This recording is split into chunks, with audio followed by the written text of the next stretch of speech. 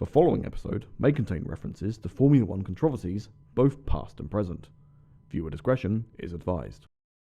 It does feel like a military ceremony when they do moment of silence, someone requests it. Oh my god. And now we'll have a minute's silence. For the Lewis Hamilton's career, or at least his will to live. Oh my god. Nah, he's going into a revival because Ferrari are going to snatch up Adrian Newey, and then Ferrari 2025 and 2026 is going to be the best car you've ever seen. Look, we all have friends that are unstable. Some of our mutual friends are unstable, but I've never seen a will to live drain from someone in a span of what effectively is like what? Two races, so it's 3 hours of actual total time of, your energy being drained, and then whatever, 15 laps of Australia. I don't think he was very hopeful at Bahrain, to be honest. So I'll say that's 3 races. That was a absolutely useless piece of conversation. I didn't watch quali.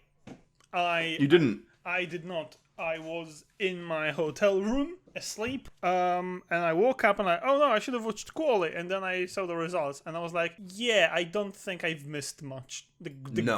I also did not watch quali because I was in the middle of moving house. At 5 a.m. It was the day I couldn't, get up early. All my stuff was in boxes. We've established before we went on the air that you don't have stuff. So I have some stuff. I have some stuff. Like, the monitors and my PC that I'm recording this on right now is stuff, and it was in boxes. Have you seen Devil Wears Prada? I have, actually, yeah. I think we've had this conversation before because I reference that film a lot, and I possibly have referenced that particular scene when Meryl Streep gives I don't know how long it is, but it's this flawless monologue about her new assistant calling fashion stuff. Yeah. I wish I had the same flow as Meryl Streep in well, that all film. you have to do is have a scriptwriter and rehearse it. There is I think there is several takes. Actually, no, I'm not gonna say it was improvised, but it was kind of semi-improvised. Like, there was a lot of Meryl Streep in that. Oh, really? Oh, that's quite interesting. I didn't know that. Look, there was an interesting race, and we're talking about semi-modern film history. Look, enough about Paul de Resta Wears Prada, all right? I'm Alex, you're Andy, and this is... Timesdeleted. We have another listener.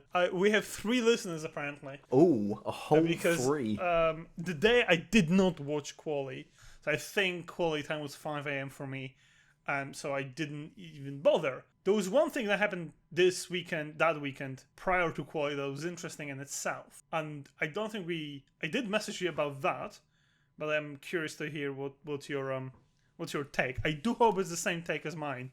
Not for the sake of this being interesting, but I think there's only one way to look at it. Logan Sargent being cucked. Yeah, poor old Logan. Just to recap, Alex Albon does what he did last year, but last year he did it in the race, because there was this bizarre red flag because there was some gravel on the track. And this year he crashes, and it turns out that Williams didn't pay for extra checked bags, and they didn't bring their chassis with them. The extra chassis. Williams tried to shove 2 chassis into the overhead. Yeah, and didn't go. So yeah, they didn't have a spare car. I'm old enough to remember when there was just a spare car hanging around. A spare fully working car, yeah. So they still have that in MotoGP. They have, I think they do anyway. They have spare bikes. Yeah, but so if your bike breaks, you just ride into the pits, just jump on another one, and off you go. That's what they used to do in Formula E because the batteries because the batteries didn't last. Yeah, I remember that. We should maybe we should switch to Formula E just for the sake. Who knows, me? Maybe we'll be deleted with a big E. Oh, I like that. I was semi-curious to see, because that they do have a race in London, and I was like, oh, how expensive could just to, and not as a replacement to like going to Silverstone, but just as an experience. But I don't think it was worth it. I can't remember what the prices were, but they were like, yeah, no, I'm not paying that much. At that point, just to go to the British Grand Prix at Silverstone. Okay, we can't rehash the complex dynamic of our friend group, because if I went to British Grand Prix by myself, I would have been crucified by some people, including you probably. Oh, no, I'm just saying, cost-wise, like how expensive the Formula E race was, just go to the F1 race. Yeah. But then again, not an option, because I am a bit too old for drama. Although that'd be incredibly funny if I went to Silverstone by myself. Now that you've... Is it sold out? I mean, you went to Las Vegas by yourself. Okay, I wasn't for a race. You wouldn't... No, it was for a U2 concert. Why are you laughing? This is not a funny thing. Although that was the closest I've ever been to an F1 track, I think, to an active F1 Oh, it was, track. yeah, because I suppose that was the weekend of the Las Vegas Grand Prix, wasn't it? Yeah. Well, 3 weeks after. And the city 3 was weeks, still yeah. absolutely shoved. I mean, okay, no, we can't go back to Vegas. We will get to that when we're back in Vegas later this When year. we're back in Vegas this season, yeah. Where were we? Talking about Logan Sargent Williams. Williams having a limited bag allowance. Oh my goodness. Yeah, that was a bit grim. It's a street circuit, someone pointed out, and not bringing a spare chassis to this seems a bit... You can't... I reckon you could get away with this in, like, Yeah, Bahrain. I think the thing with Albert Park is it's always been a, quote, street circuit. It's like, yes, it does take place on the streets, but it also has lots of runoffs and big gravel traps and all the rest of it. Okay, the third and fourth DRS zone, that bit that was remodeled years back, is there a lot of runoff? There is on the kink as you go left, right into like between 3 and 4. If you go straight on, there's a big gravel section in front of you. Look, And if you turn and left, yet- and then when it switches to right-hander, there's another big runoff out that side as well. and yet every year someone absolutely crashes there. Like, it's... You don't have to rely on your visual sort of... Oh, did anyone crash there this time? Last year, yeah, a bunch of people. Albon... Oh, you mean this race? Yeah, this race. Well, Albon did in FP1 or 2, either one of those they were in the middle of. So, yeah, someone did. And it cost them dearly. Well, it cost Logan Sargent. Yeah, it cost Logan Sargent and Williams dearly. Apparently, there was a resurgence of... There are apparently Logan Sargent fans. Kudos to them. And they apparently kind of got pitchforks and they were about to storm Where's Williams' headquarters. So I'm just still reeling from the fact that you said Logan Sargent has fans. Grove in Oxfordshire. Ah, yeah. Yeah, apparently... Oh, yeah, because it's one of the ones not based in the London area.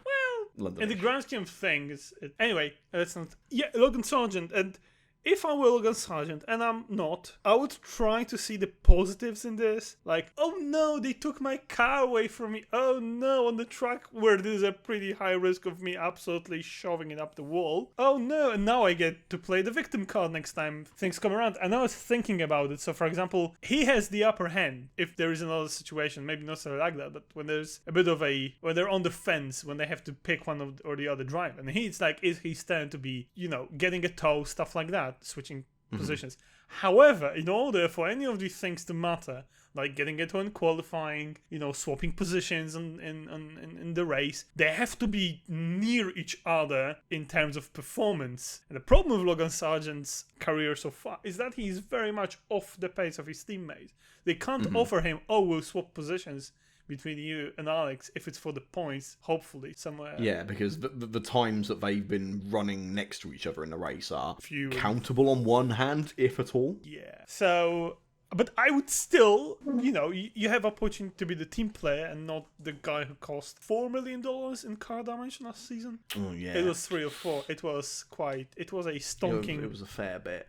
So Logan Sargent got a chance to play, not necessarily play the long game, but be a team player. And I don't know, I don't want to say he took it because they I'm assuming they told him you're not racing this weekend. And yeah, there are people who are upset, but from the perspective of Williams, that was the obvious decision. Even if Alex Albon, it was 100% his fault. He dropped the car. It was the only logical way. And obviously it was a team that actually screwed up. Yeah. Still, Again, if I were the people that paid for Logan's seat, I would be very unhappy. Okay, do we know if he's actually... Again, I think I mean, of course he's a pay driver. Of course he is. Okay, but that usually comes in the form of sponsorship. Which of the sponsors on Williams' car is tied to either his father or his uncle? I know they're loaded, like this has been very widely covered. But I will look it up. Okay, all of Logan Sargent's sponsors are as follows: Gulf Oil, Michelob Ultra, Stevens, and Duracell. he's bringing Duracell, okay. Yeah, Duracell, as in the one on the top. Yeah, okay, well, that The very obvious sponsor, yeah. Interesting. Oh yeah, I was looking, thinking about something directly related to his family. Yeah, cool. Well, No, he's got a lot of American-based sponsors. I got a power bank recently, but I think it's Energizer. Thank God I didn't pay for Logan Sargent to not try an F1 car. So, well, I think Duracell do make good batteries, though. I'm from a Duracell house. What can I say? This is a Duracell house. This is a Duracell house. Get your Energizer shite out of here. Shall we go to Quali that I did not watch live because again I was... Don't even mention Panasonic. I swear to God. think they used to be on F1. It sounds like Panasonic. Yeah, I think they did. on Yeah. Toyotas, I think. Yeah, Those that sounds about right. White and 'Cause- red.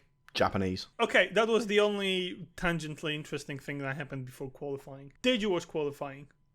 I did not watch qualifying. No, we established that. Wow, we are not taking this very seriously. We are need to- wholly unqualified to be doing this, but here we go. I mean, I'm just looking at the results. There's nothing. The only thing that's remotely, I say remotely unexpected, Lewis Hamilton in P11. getting knocked out in P11. For the first time since 1956 or something like that. Yeah, pretty much. Yuki in P8, which I will get to RBs in a bit because that will bring you the amount of joy we can't possibly The other convey. V-carb driver getting absolutely mogged.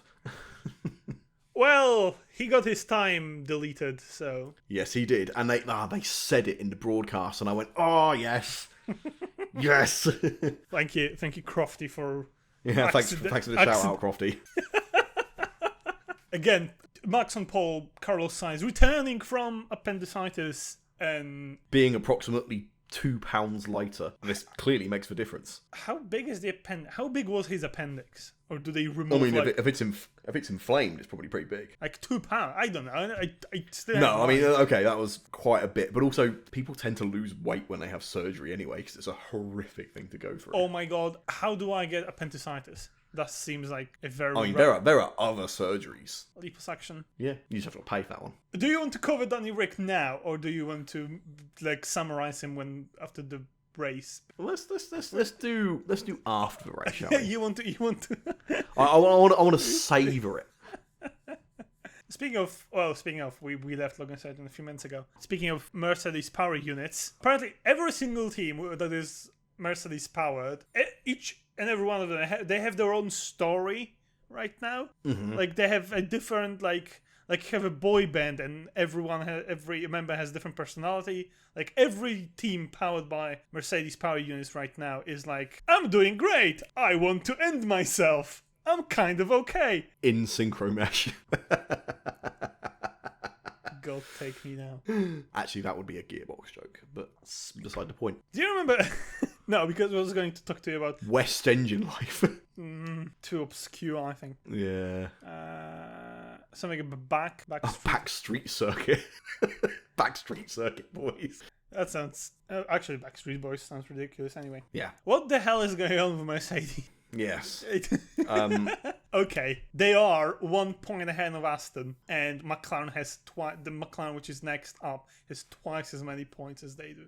Yeah. Over twice, I think. They have had a very, very poor start to the season. Welcome. I mean, any hopes? Because last season the excuse was, or the season before, was like, oh, we were committed to the concept, like no pods, 0 pods, reverse pods, maxi pods, I don't know, whatever. But is there a clear sort of excuse this time around? Because it just seems like the car is kind of mid. Like, welcome to the midfield, senor. Like, yeah, I don't think they really have an excuse. In fact, there's actually an article on BBC Sport where Hamilton has been quoted as saying, it's not great. It's not great. Hamilton can't explain his lack of pace. It's not great, and he's had this is like the worst experience he's had, and he went through Abu Dhabi 2021. Yeah, It's quite grim. He's losing it. That is his mind. His teammate No is... wonder he skipped out for Ferrari, honestly. Imagine if he'd signed a contract for several more years and this was the car they gave him. He'd just be gone. He's like, no, see you later. I'm off. I'm going to go do literally anything else. He is. Okay, let me do the quick thingy. So, it's true for Red Bull, it's true for McLaren, it's not true for Aston, and it's not true for... Okay, no, I was going to say that he's the only driver who has been outscored by a teammate. I mean, outdone not all the races, but that's not true because obviously much of other teams. But it's still quite depressing for him because it is like Russell's third season in Mercedes, right? Yeah.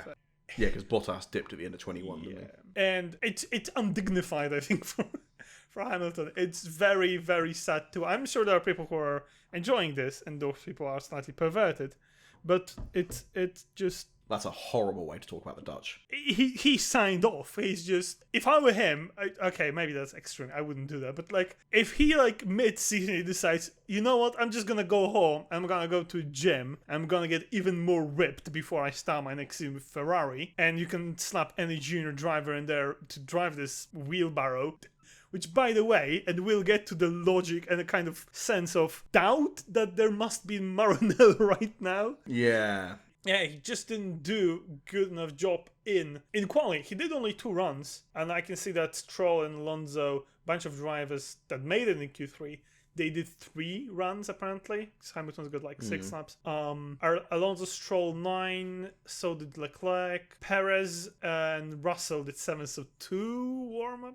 Yeah. So it does seem like he like should have done a little bit more. He missed out by not a lot. 600, I think. I mean, bon voyage, Luis. I don't know. I'm surprised. I'm not shocked, but I am confused. Oh, I wouldn't even say I'm surprised. It's I because think the writing has been on the wall for the yeah. past couple of years with regards to how Lewis feels about Mercedes, really. Like, being able to look back at all the statements he's made, like, no, I'm 100% committed to Mercedes. Like, no, you weren't. No, and also... No, you weren't. Also, the infamous now scene from Drive to Survive.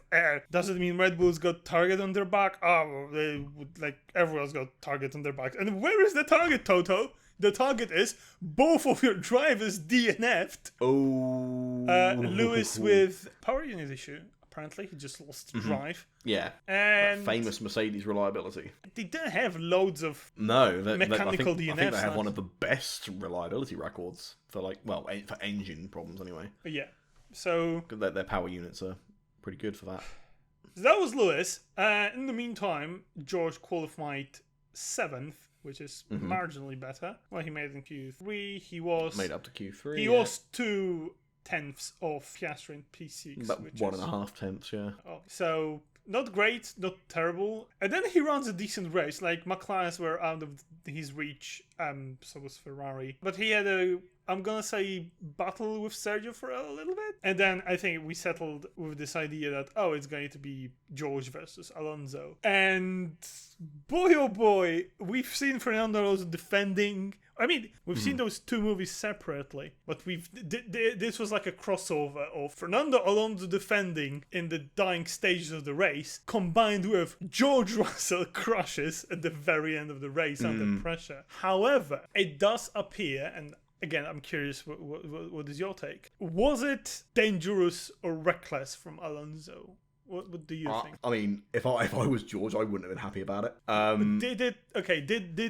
Did it constitute dangerous, unnecessary slow driving? Again, we're not stewards, so having watched it live, yeah, we saw the onboard from George, and he went up to that corner. And I thought, holy fuck, he's gaining on Alonso fast. Like, shit, like that wasn't he's a little bit faster through the corner. I was like, oh shit, Alonso stopped. Like, that's what it looked like. It was quite sudden, and it was quite... There is a thin line, or maybe quite a blurred line, actually, between being cunning like a fox and abusing the rules. I mean, do you remember... It was, of all the famous brake tests we've had in recent history, Saudi 2021 comes to mind. Yeah. Didn't Sergio brake test someone last season? Wasn't it Lando in Abu Dhabi, something like that? Nothing as spectacular as this, because obviously George lost the car. It looked quite spectacular. Yeah, because it wasn't like under a safety car, down a big straight or anything like that. It was like halfway through a fast, like, right left. Yeah, it was not fun. Stopped on the apex, and he's gone, oh fuck. It was not fun, and Alonso ended up getting demoted. Yeah, it was a 20-second penalty, wasn't it? That's interesting, because that is applied instead of doing a drive-through. However, well, I could have got him. I mean, it was like they finished under a VSC, so could they have done a drive-through there? I don't have a problem with that. I'm curious. Like, that 20 seconds is the value of that 20 seconds is different at different tracks. Like, that's true. Yeah, that's true. Comparatively also, can you to a drive-through? Yeah. Ironically, can you take that penalty under the VSC? No, you're not allowed to. Okay. Well. You're not allowed to do a drive-through or stop-go penalties under a safety car, so for exactly that reason. Yeah, I mean, obviously that is That was quite obvious. Yeah, and George just loses the car in turn 6, I'm going to say. Yeah, I think it was turn 6, yeah. And- It's that turn 6, turn 7 complex, yeah. And he ends up in the middle of the track on his side, which isn't very fun. No, with the floor exposed as well, which is one of the weakest parts of the car. And also, oh my god, I'm Well, sure for all the impact teams took pictures of the very intricate floor of Mercedes to find out where they're getting their very mid performance from. No, I think everyone's a bit past that now. They're like, all right, it's clearly not the floor which is making the difference. Especially not in Mercedes. Yeah. Just Toto. I mean, I wouldn't want to be Toto's breakfast pumpernickel next morning. Oh my god. Yeah, it's a fall from With a big grace. fist print in it. Have you had a pumpernickel? Do you know what it is? I don't think so. I know it's a type of bread. Yeah, it's like a very, I'm gonna say very dark, very dense. It apparently it's very healthy, but also looks kind of disgusting. You're not missing much. No. What a fall from grace for team from Brackley. Yeah. And I think, have you seen the video of, well, I say the video, the audio clip of when George was stranded in the middle of the track? Red flag, red flag, red flag, red flag. Yeah, red it flag. was actually quite distressing. Yeah, It's like you could hear that he was genuinely panicked. He's like, especially because, and here we go. Of course, you know who was behind him at this point. Yes. Yes. So you hear you're stranded in the middle of a track, like with the underside of your car is exposed to cars coming up behind you, and it's like stroll behind, stroll behind. Yeah. If it was anyone else, he might have been less panicked. Lance Stroll ended up in the points. Again, he's on a bit of a twisty, roller coastery kind of adventure. Yeah. I mean, he's got a drive for 2025. So, oh my god, sorry. Yeah, Aston's Yeah, up and so, mid. had Alonso not done that, he still would have finished in the points. Yeah, think. yeah. He would have been 10th. No, wait. No. Stroll ended up 6th because Stroll ended up 6th. Yeah. Yeah, because Tsunoda and Lance were promoted. Okay. Yeah. So no, he definitely would have finished in the points. Shall we talk about McLaren's? Yeah, sure. Let's talk about McLaren's. Three and four. Kind of fast. Third fastest team right now. Like, Yeah. there's no doubt. There is without any doubt. There's Red Bull, there's Ferraris, there's a little bit of a gap. And then there's McLaren's. And then there's a little bit of a gap again. And McLaren's, as I've mentioned before, it's pre-upgrade McLaren. So Yeah. Well, Holy- yeah. As we know with upgrades, is it actually going to make the car faster? Who knows? well, they're not going to bring upgrades that make cars slower. This is not a good way to do this. This is not how you. Yeah, and we're going to Suzuka, which suits them as well. I think Australia did suit them quite a bit. High downforce. Yeah. It's high. Although, are they really a high downforce car anymore? I don't know. Well, they're extremely draggy, so I'm going to assume the trade-off is that they have downforce. I don't know. Are they still extremely draggy anymore? I don't know. I mean, they were 2 weeks ago down the straight in Saudi Arabia. It was quite painful to watch. Yeah, I was looking at the top speed figures for Australia though. They're not the slowest. Where's the speed trap? Is the end of the pit straight? Is it? I would imagine so. If it's the same as in the F1 game, then yes. But those high-speed corners, they absolutely suit them very well. So, excited to watch them. Traditionally, yeah. Or maybe not watch them in Japan. Again, I'm going to watch on my phone. I'm going to use all my data on this, probably. Damn it. Or record it and watch it when you're back. I'm going to be home Okay, I might try that, actually. I'd have to avoid spoilers throughout my journey. Yeah, you just have to, mute all the apps on your phone, news. I don't have any notifications. I have only Discord and stuff. I can mute that. Oh yeah. Well, I won't spoil it for you. Yeah, that might be fun. You know what? Last time I did that was the Silverstone Quali last year because I was at the gig and I ended up watching it 1 a.m. when I got home and it was absolutely brilliant. I enjoyed it. A lot. It was a very good quali. So maybe there's a way to not really jinx it. What's the opposite of jinxing something? Bless. Hashtag blessed. I don't think this is allowed to. McLaren's good. The kind of strange strategy at times. Because Oscar ended up undercutting Lando. Yeah. Again, Yeah. it was. And then and then switch for cars. It's I think the idea was they were hoping that Lando was going to be able to catch Leclerc, but he didn't. Yes, but. And then they didn't switch for drivers back. At the same time, Oscar fell a little bit behind Lando. I think the net, there wasn't a net loss for the team or either of the drivers. They were where they're supposed to be. I think they got as many points as they could have, and the drivers end up in the order that the ultimate pace would suggest. Yeah, of course, it's a shame Oscar didn't get podium in his home race, but he is supposed to have a few more chances to do that. Yeah, that's true. Yeah, he was about 30 seconds behind Lando at the end of the race. He was actually falling a little bit behind. Mm-hmm. He did have a bit of a lawnmower moment down at the pit entry. Well, he was entering the pits, but at the very end of the circuit. So, but yeah, good.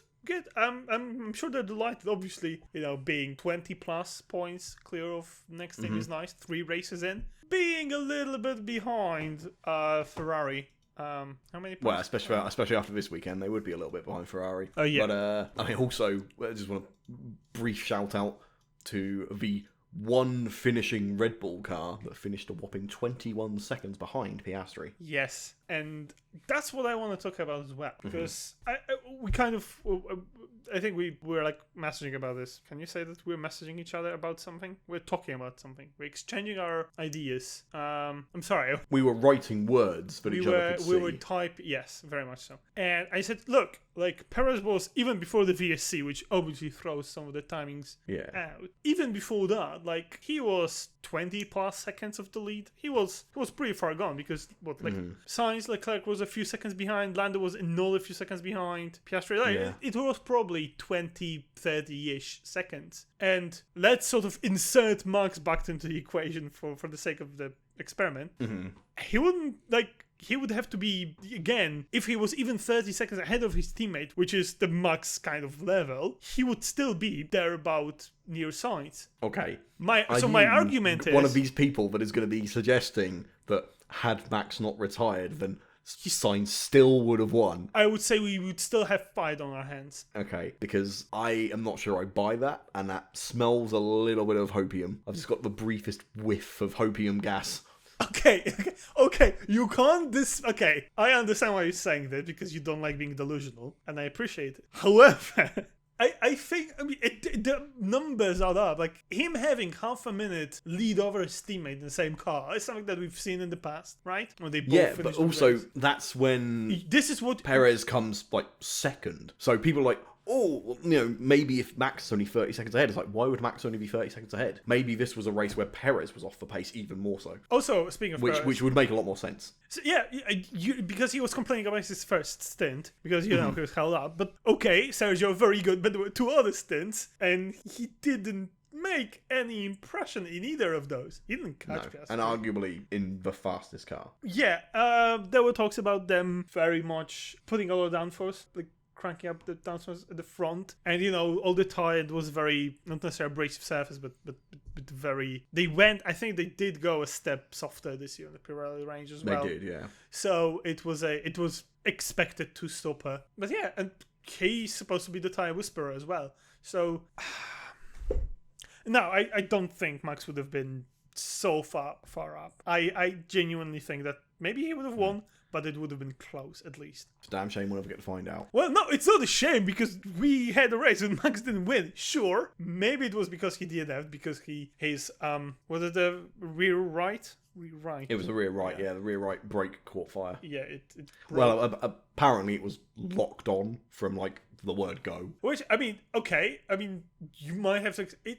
For me, it would seem like, I don't know how brakes work exactly, but if it was like fully locked on completely. Okay. So I think what it was is it was expanded so that the pads. I don't know how Formula 1 brakes work. I don't know if they use pads or not, but hey, I guess they do. Were slightly pressing against the drum. Disc. I assume it's a drum.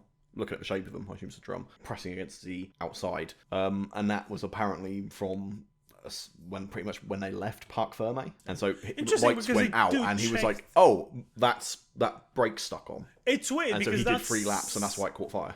That actually sounds like something they should have checked on the way to the grid and on the grid. It's they weird. Can't. Parc Ferme ends when you leave the track, when you leave the pits for the grid. Also, Parc Ferme you have to replace with the same spec, because a couple of years back, Max on the way to grid in Budapest, they rebuilt the entire front of the car. Like, you can change, you can fix things. That's what I was saying right there. Yeah, it's It's weird. It's bizarre. I'm far away from declaring the end of Red Bull. God, I wish. But it's a nice change of pace. Not for Max. Like for him, it was a very downward change of pace. Yeah, no, it was certainly a change of pace, just not in the direction he wanted. Very kind of him to make it to the pits. Yeah, that's I think this is part of that, and the reason that I think some people were saying that Sainz could have won anyway is because, like, Max wasn't pulling away in the 3 laps. Like, well, he wouldn't if one of his brakes was stuck on. Like, that's gonna impact his pace regardless. You must be fun at parties, Andy. Jesus Christ, you can't. I'm great at parties. This is why we can't have anything nice. Like, oh yeah, we would have a fight on our hands. Maybe Max would have lost anyway. Like, nope. Like, I think you're being far too hopeful. I'm waiting for reg changes. yes, because Red Bull aren't going to absolutely dominate again. Well, who knows? Maybe the Ford engines will be absolute trash. American.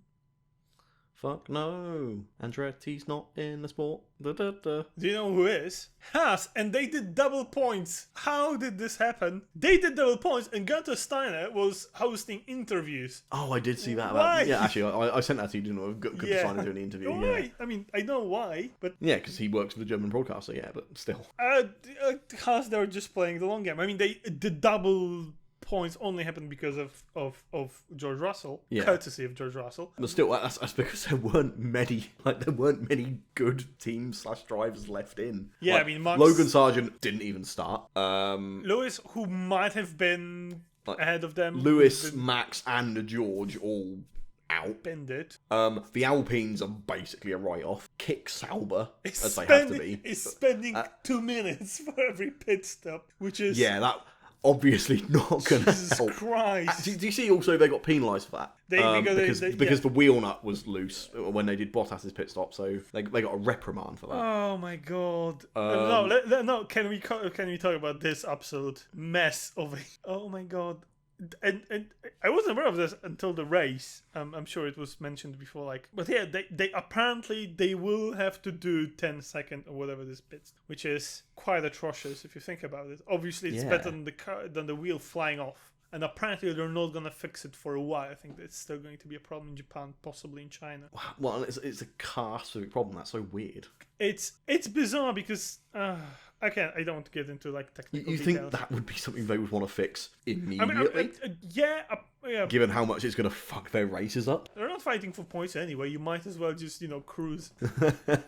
They could be fighting for points, though. If they were if they didn't, Bottas might have been fighting for points if he didn't have multiple, 20, 30 second pit stops. Actually, no, one of them went alright. One of them kind of was about, 4 or 5 seconds, if I recall correctly. But the other one was 30. So Bottas was, I'm going to say, 30-ish, 35, 40-ish seconds off the point. And Zhou was another 2 seconds behind him. Yeah, I'm not sure. I think when we were sort of doing our sort of tryouts last year for this, we did quite enjoy to sort of pronounce which team is the worst currently. I think there is a very strong competition between Alpine F1 and Kick Sauber. It's because RB's in the points, well, one of them, let's get to that in just a second, and Williams's, as they tend to be on the precipice of points. The Albon just missed out by, 1 second behind VSC, but so I kind of like Williams, obviously. I do wish them very, very well, and I hope they will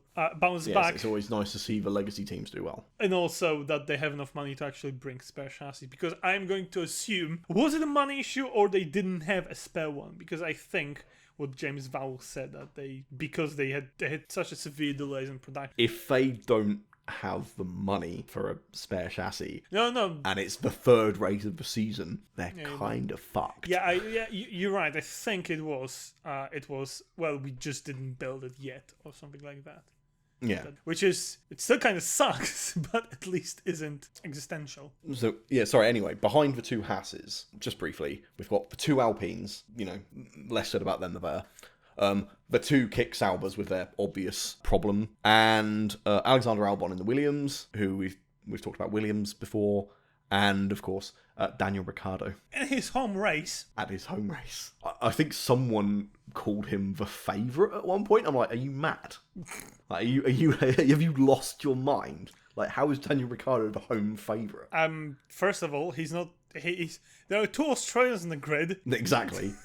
and the and other one, an honorary one. and the other one is kind of fighting. Well, not really fighting for podium, but is sniffing podiums. Yeah, it was like, he's in a McLaren, and it's like, well, yeah, it's a lot faster than a V-carb. V-carb, I do love that. I'm on F1 website right now, and there are 2 headlines I do want to bring up. One of them has nothing to do with what we talked about, because Wolff names first choice to replace Hamilton at Mercedes, as he sets timeline for decision. Yeah, no one gives a shit, just decide and tell us. But the other one is, Ricardo explains why 2024 struggle with RB are different to his time at McLaren. Is it though? Do you need to click?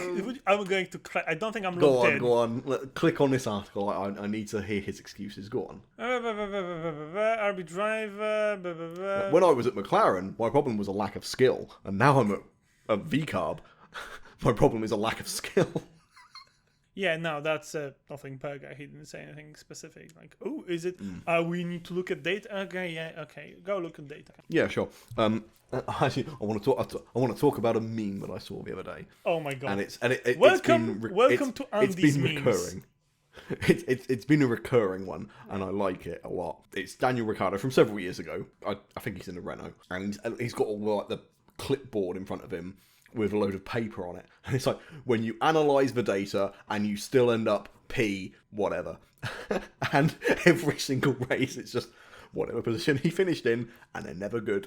So even this one is like, when you analyse the data and you still finish P12. Last good race. Well, he did well in Mexico last year, didn't he? I think every other... I mean, it was points, I think, wasn't it? Yeah. Yeah, it was like solid. But he did like very well. They qualified like 5th or something. And he did points, I think. Oh, that was when AlphaTauri was actually, getting their stuff together. Yeah, just at the very end of the season.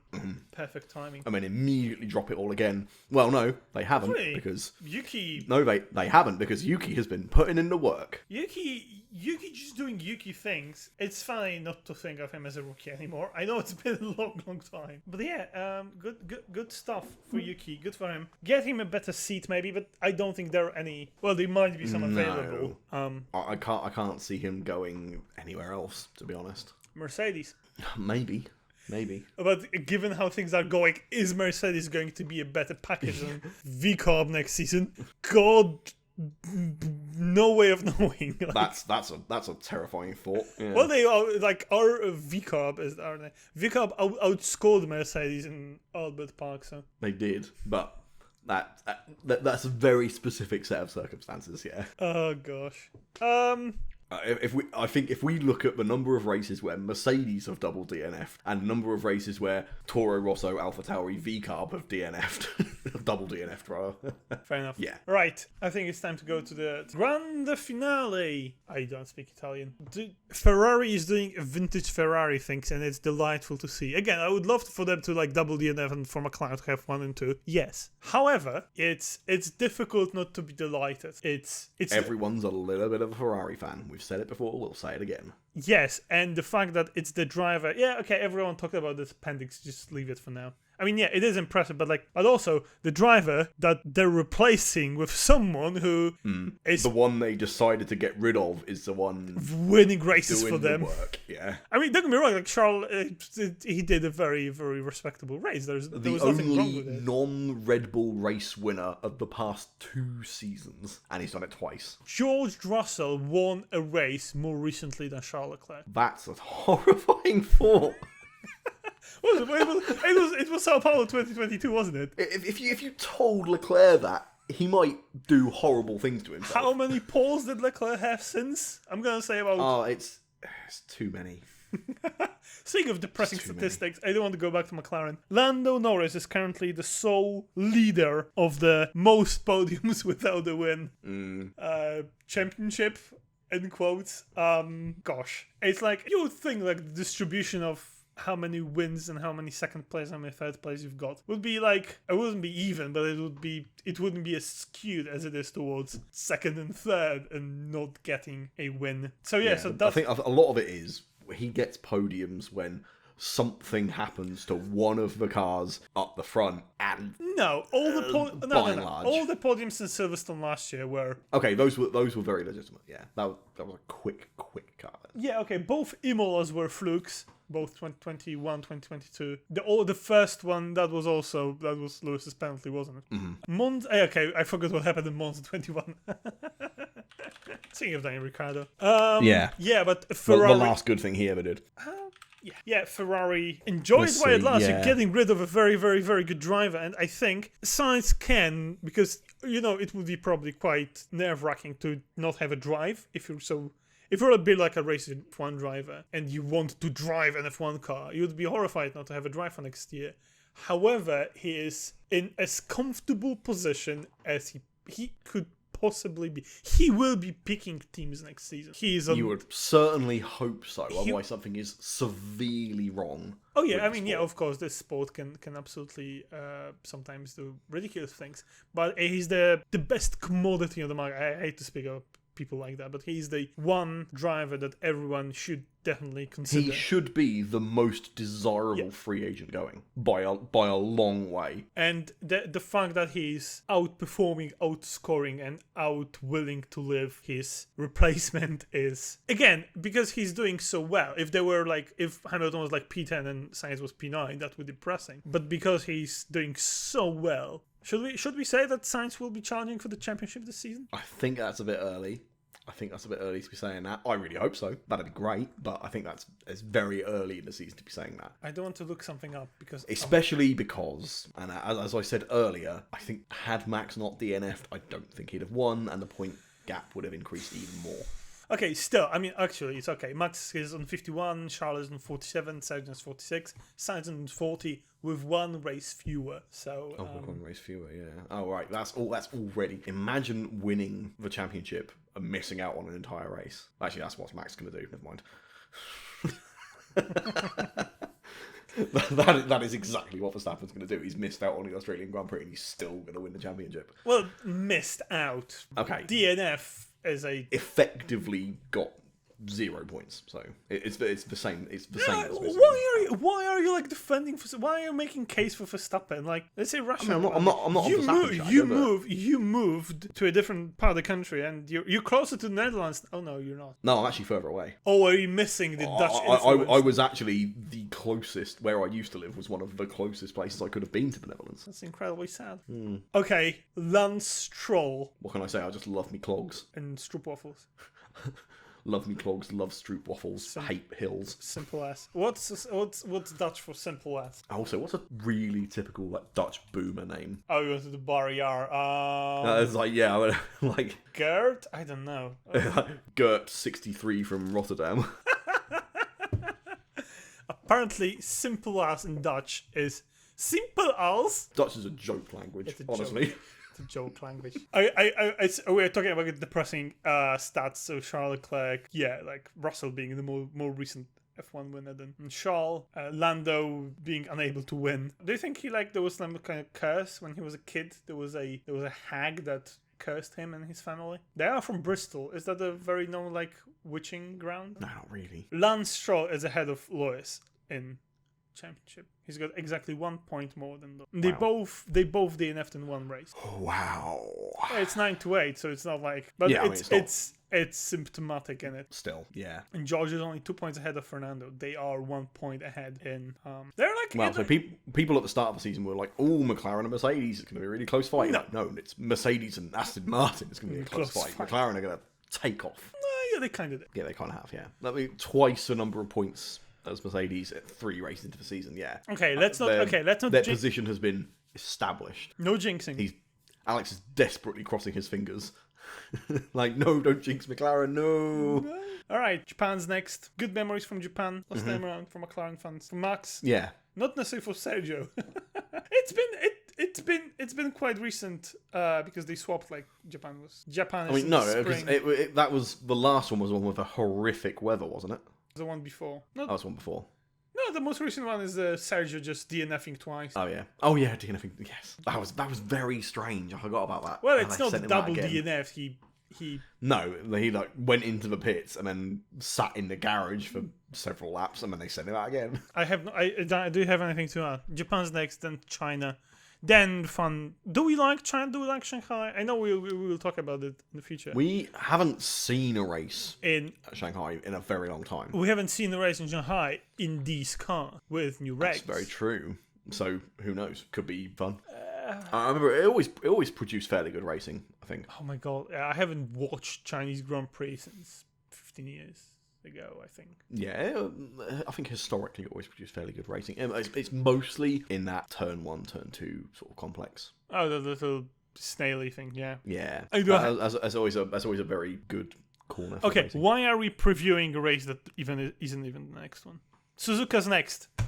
Suzuka is next. Looking forward to it. I'm With gonna watch it the- on my phone again because I hate myself.